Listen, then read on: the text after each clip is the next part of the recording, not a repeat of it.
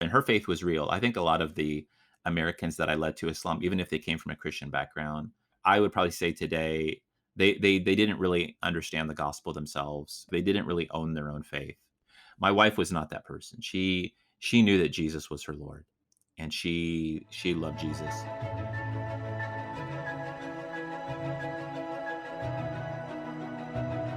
No matter where we are in our walks of life, we all struggle with purpose and identity. Join us on the search for something better, real hope, peace, and meaning. Welcome to the Something Better podcast with your hosts, Michelle and April. All right. Hey, everyone. Welcome back to the Something Better podcast. Today, our guest, Nasser Al-Ghatani, is joining us for episode 13. He is going to share his story with us. He has a very powerful story that I know is going to encourage everyone today.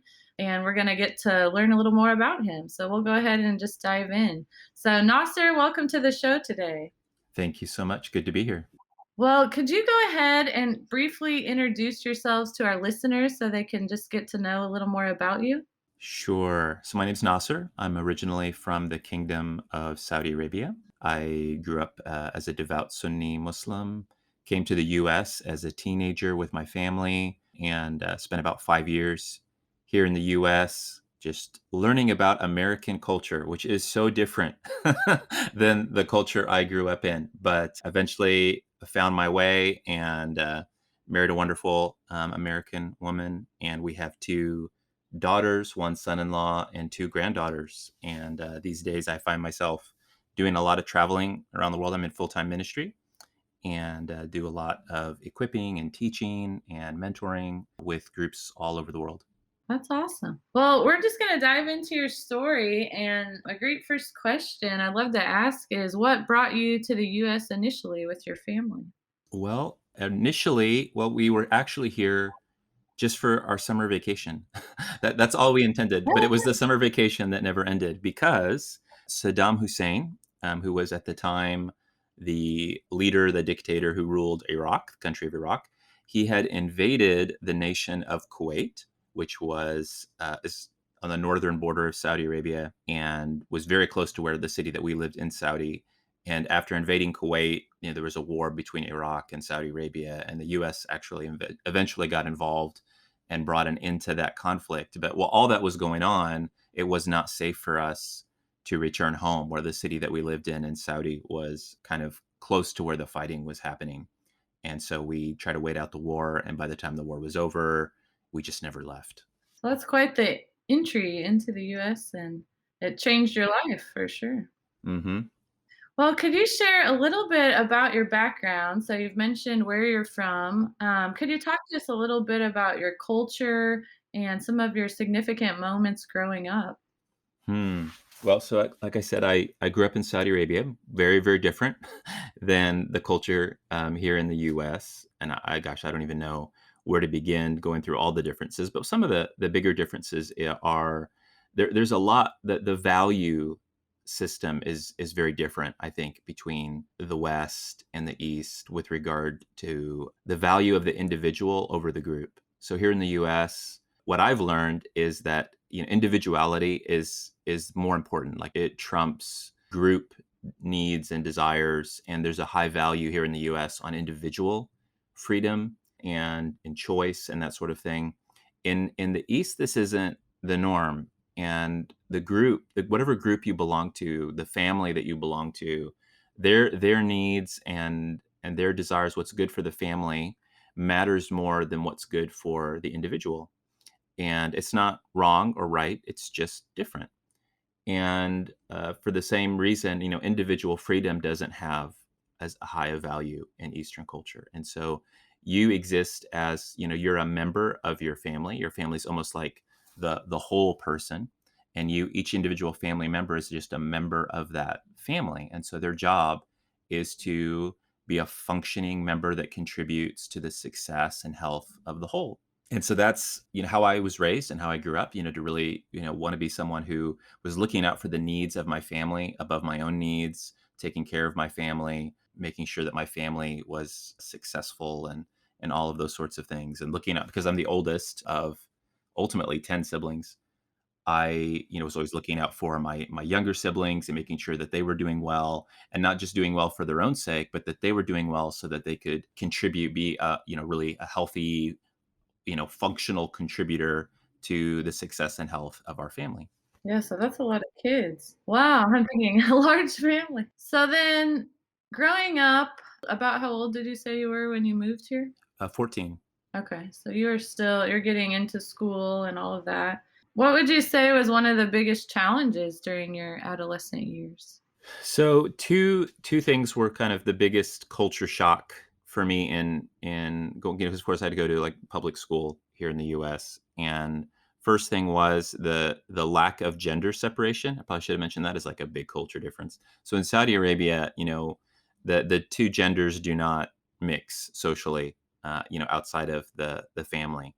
So if there's boys schools and girls schools, and if you go into like a restaurant, and back then, in the 80s, there weren't like tons of restaurants anyway, but if you were to go into a restaurant, there'd be a men's section and a women's section. Everything is segregated. Worship is segregated, even in the mosque. There's a entrance and a way that the women come in and they perform their prayers. It's totally separate from the men. Like, you would never even know that there was a woman in the room. Like, you just don't even see them. They're in a completely closed off, veiled section, so that you don't even know that they're there. And so then, obviously, coming to the U.S., that is not the case.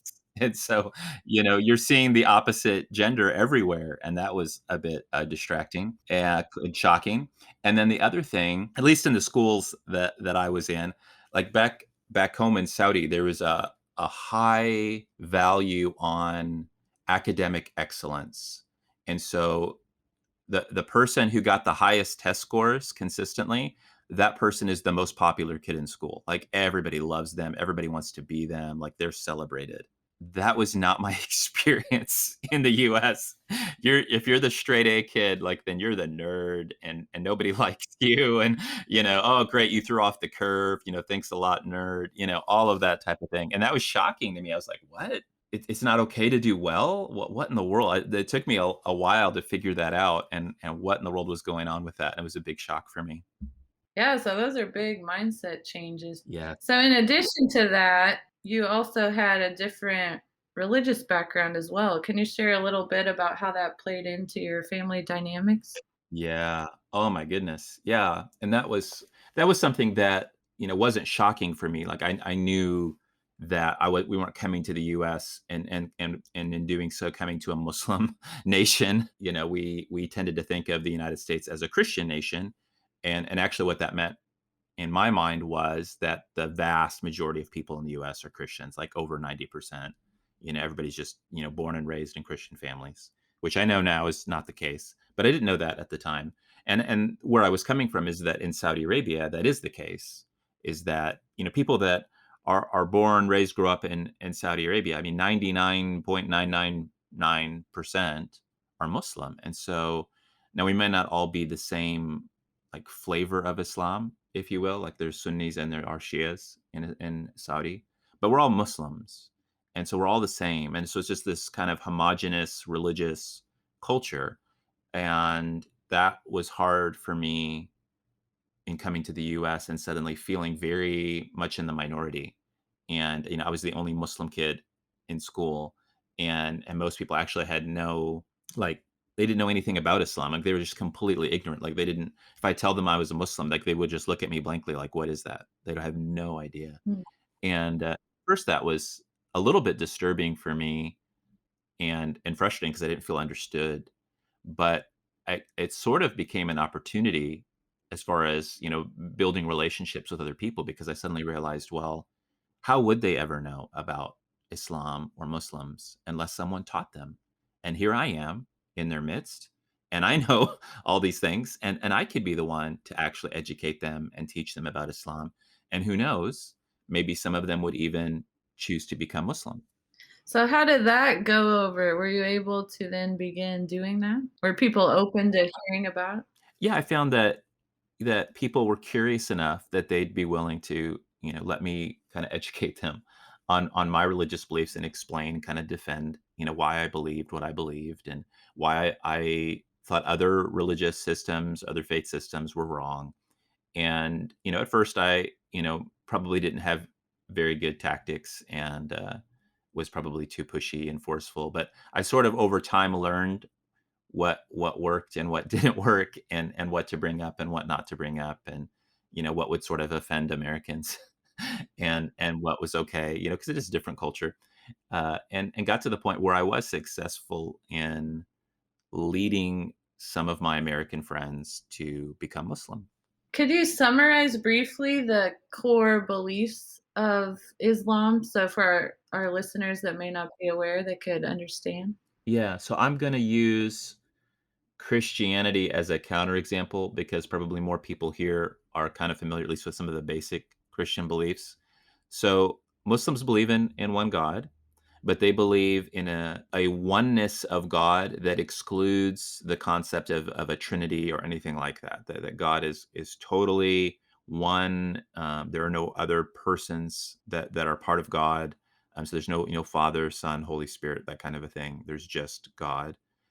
Muslims believe that humanity was ultimately created to be servants and worshipers of this creator God. And again, be different than Christianity in that, Christianity, the Bible says that, humanity was created for partnership and relationship with God. In Islam, that's not the case. And so, because that's a different premise behind the creation of man, there's no expectation as a Muslim that you have any relationship with God or that you ever will have any kind of relationship with God, even in the afterlife. The job, since Muslims are servants of the Creator God, our job is to be faithful, obedient servants, and so we will be judged. The idea goes that after we die, based on how well we performed. So you're going to be evaluated on your performance as a servant of God. If you did well in your life, you'll be rewarded with, a pleasurable afterlife, like an eternal retirement package. And all these great things will be available to you, and you can just enjoy yourself and have fun in eternity.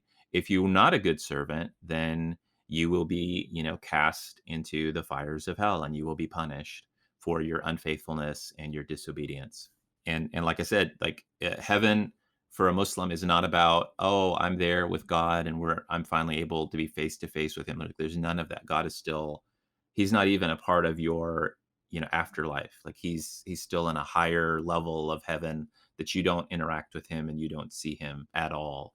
And so that's another huge difference. And so that's it's performance based. Like, well, how do you know if you're performing well? So Islam defines for you all these various activities and religious practices that are the blueprint or the template of this is what it means to live a godly life. And so that includes daily prayers that are set at specific times of the day, and the prayers themselves are sort of designed for you. Like, this is what you will pray. This is how you will pray it. This is what you'll be doing with your body while you pray. In other words, like bowing and standing up and prostrating yourself and sitting up again. All of these things are predefined for you. There's fasting, but it's fasting during a specific month every year. And so what it creates is in Islam, like everybody, if you're a Muslim, you kind of know that all the Muslims on the planet are doing the same things as you at the same time. It's like you're all part of this big machine that's all working together in lockstep, versus, Christianity, where, many churches meet on Sunday mornings. Some churches meet on Saturday nights. Some might even meet on Fridays. Just depending, on whatever stage they. You won't see that in Islam, where there's like these totally different ways of doing the same thing, or different times, or scheduling things at different times. Like everything's just very very uniform with one another.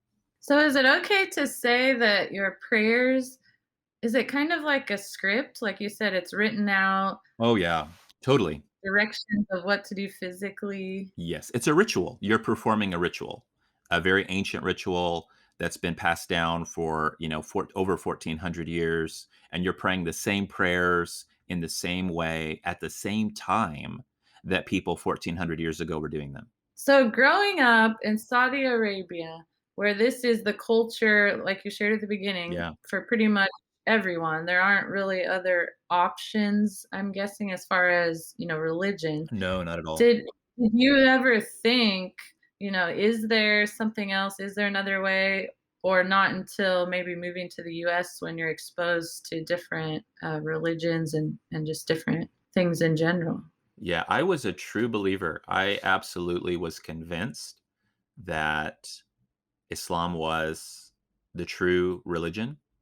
And I was very proud of the fact that we had sort of this like because I was living in the country that the religion was born in, and so I have this kind of unbroken chain and this really religious lineage.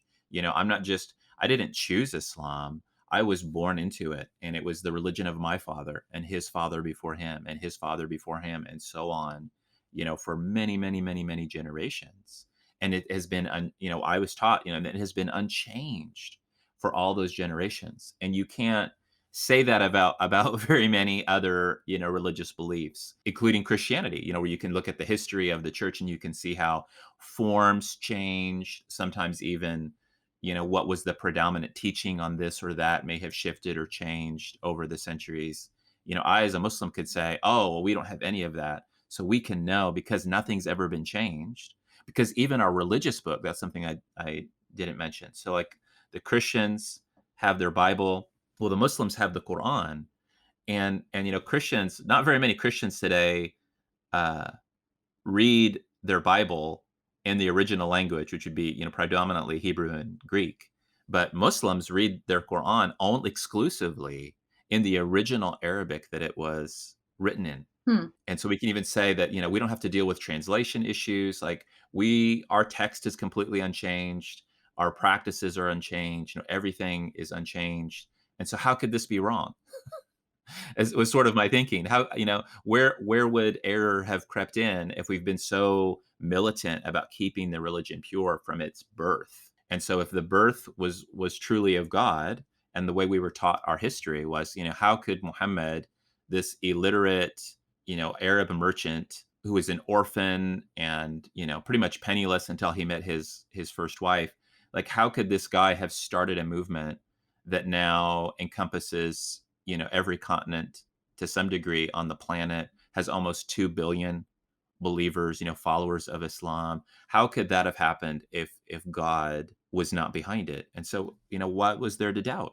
And so I come to America and I see Christians, and some of the things that Christians say sound nice, but it's very hard to find Christians that actually practice any of those things. And so, oh sure, yeah, they say that they love God and all of that. I never see Christians praying in public. I never saw, all of my quote unquote Christian friends in school, many of them sort of had double lives. And I knew, they're sneaking out and drinking and, smoking marijuana, whatever, having rendezvous with their boyfriend or girlfriend behind their parents' back. And I thought, this can't be true. And I didn't see any other, my friends were mostly either Christians or atheists. And so I didn't see anything around me in my social circles that was appealing or enticing to me at all to even get me to think that, oh, maybe that would be nice. So at what point we know that some changes occur, or I know you've shared with me, Yeah. and also interestingly enough, at the beginning of this, you did mention about Americans and their freedom and independence. So, kind of two questions. I'm also curious. Yes. Growing up in Saudi Arabia, do you think other people, maybe at any age, like you said, I don't know, when you watch the news or look at global things online, do you have any questions or wonder, is there more freedom in a different lifestyle? Or are you very content? Like you said, you're Mm, born into this. This is what you know. This is how your culture operates. yes. Are there any questions around that? So growing up, it was a totally different world, 30, 40 years ago. And so we didn't have the internet. We didn't have we weren't seeing a lot on the news, about what's going on in the US or other countries. And so you're not really aware, the what kinds of freedoms and what that really means, that people in other countries maybe have different rights, different freedoms, different human rights. But what I did have growing up in Saudi was I did have access to some American music, media, movies, that kind of thing. And what I saw was like rampant materialism, hedonism, people that are just obsessed with satisfying their own, pleasure and doing whatever they want. And so if I had any concept of what like Western freedom was, it was actually negative. It was, oh, they have the freedom to do bad things to themselves and to the people around them. And that's not good. I'm so glad I live in a country where people aren't allowed to just say whatever they want and do whatever they want, because actually too much freedom is dangerous. And in the same way, you don't give a small child, total freedom to do whatever they want. The poor child will get themselves killed, within a day if they're, especially if they're young. You have to watch them and look out for them and protect them. And that's how I saw, the country that I grew up in and the government that we had is our government, and our king, like his job is to create boundaries and rules for our own good and for our own protection. And just like a child doesn't always understand why they're not allowed, to play with the, electrical socket, we might not understand why our government says we can't do this or we can't have that. But whatever the reason is, we have to trust that our leaders have and our elders have our best interests in mind. And so it's okay. And we accept it. And that was sort of my attitude. And when I came to the US, I got kind of a in your face example of what American freedom looks like. And yeah, I could see, that there was a lot of people having a lot of fun and doing things that, maybe a part of me would like, yeah, I'd kind of like the freedom to be able to do this or that. But ultimately, I still had this idea that, well, maybe not everything that I want is good. Maybe not everything that looks fun is something that I should be doing. And so I sort of that sort of became kind of my identity, and sort of the distinctive thing about me compared to, many of my friends was I was saying, I'm more disciplined than that. Yeah, it would be nice if I had some of the freedoms that you do, but at the same time, I have a different priority list than you do. I want to be a faithful servant of God, and my God doesn't permit these things, so I'm not going to do them, even if they would be fun. And I'm actually sad for you that you're having all this fun now and thinking this is all great, because one day you're going to have to give an account for this, and that's not going to be pretty. And you're going to actually be envious of me and my self discipline and what that actually did is it actually gave me like a huge ego about this. And I began to become more so than when I lived in Saudi. Living in the US really fed my religious pride because I could compare myself to all these Americans and say, wow, I'm way better than any of them as far as my moral purity and my self discipline and all of that. And if anything, it kind of convinced me that, yeah, I'm definitely in the right and all of these people are in the wrong. And I feel sorry for them. So, at what point, as you said, you're here in the US, you are sharing with others about Islam, and these kind of two worlds are colliding for you, and you're learning and observing at the same time Hmm. you're maintaining your own culture and religious values. So, at what point Hmm. do you start maybe asking more questions or you're exposed more to Christianity? What does that look like? Well, so as I'm sharing about my faith with some of my friends, they're some of them are doing the same back to me. And so I had some friends in high school who were from a Christian background and really believed, the things in the Bible. They really believed what was in the Bible, and they they cared about me, and they wanted me to know the truth, and they wanted me, to make the right decisions for eternity. And so they were, trying to share the gospel ultimately with me, and share with me, who Jesus is, and what his death on the cross meant, and all of these things that I didn't believe in. And so we're kind of interacting back and forth, and they're sharing their truth and I'm sharing my truth. And they're trying to convince me that their truth is right and mine is wrong. And I'm trying to do the same. But again, because I was already so confident that I was right, I wasn't really open even to the possibility that I could be wrong about any of these things.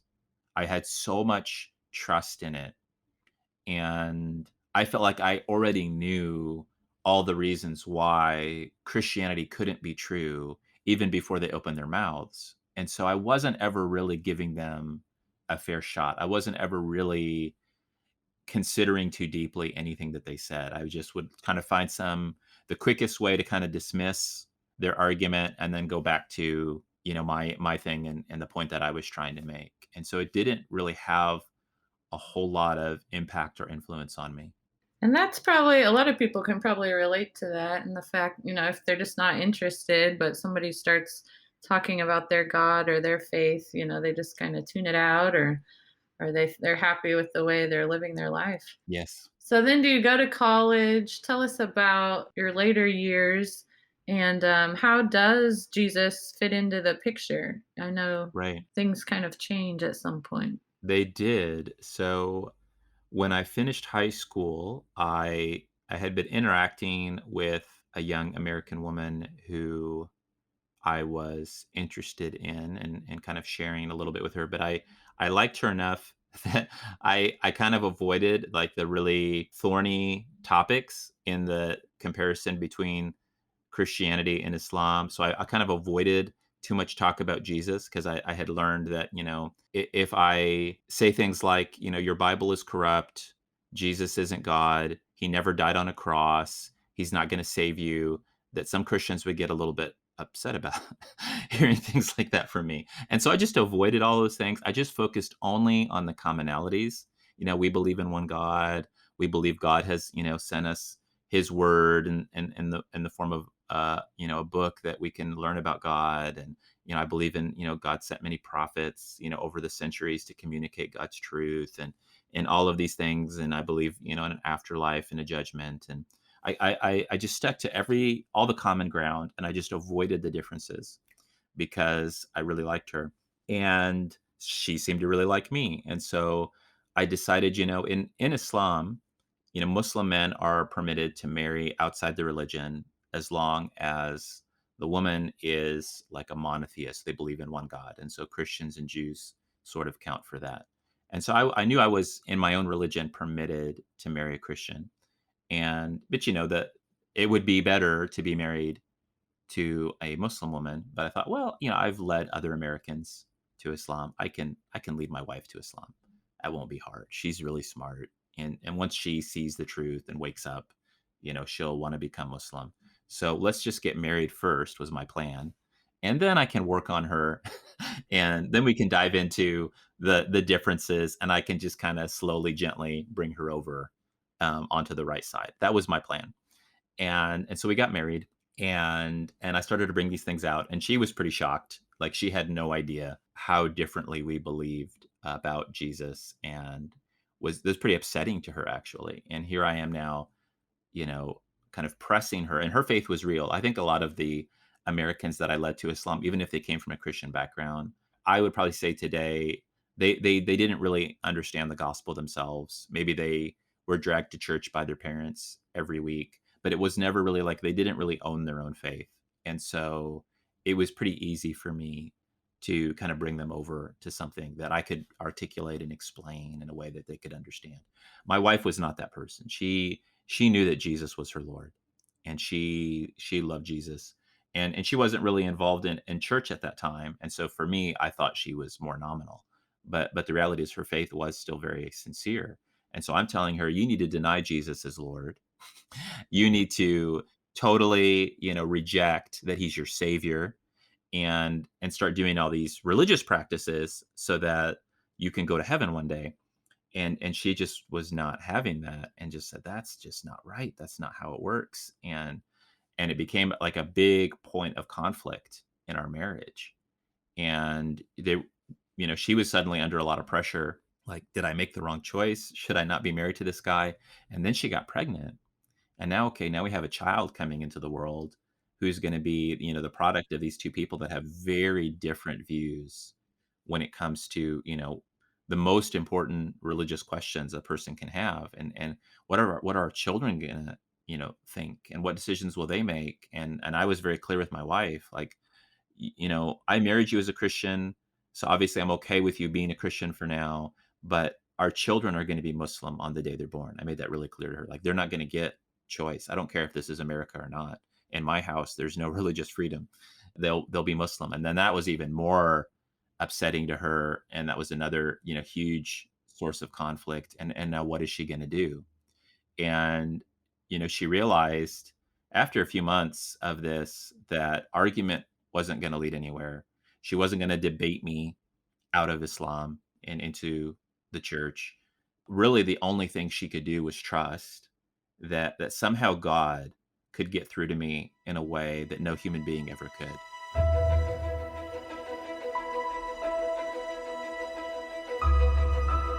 So, where does Nasser's story go from here?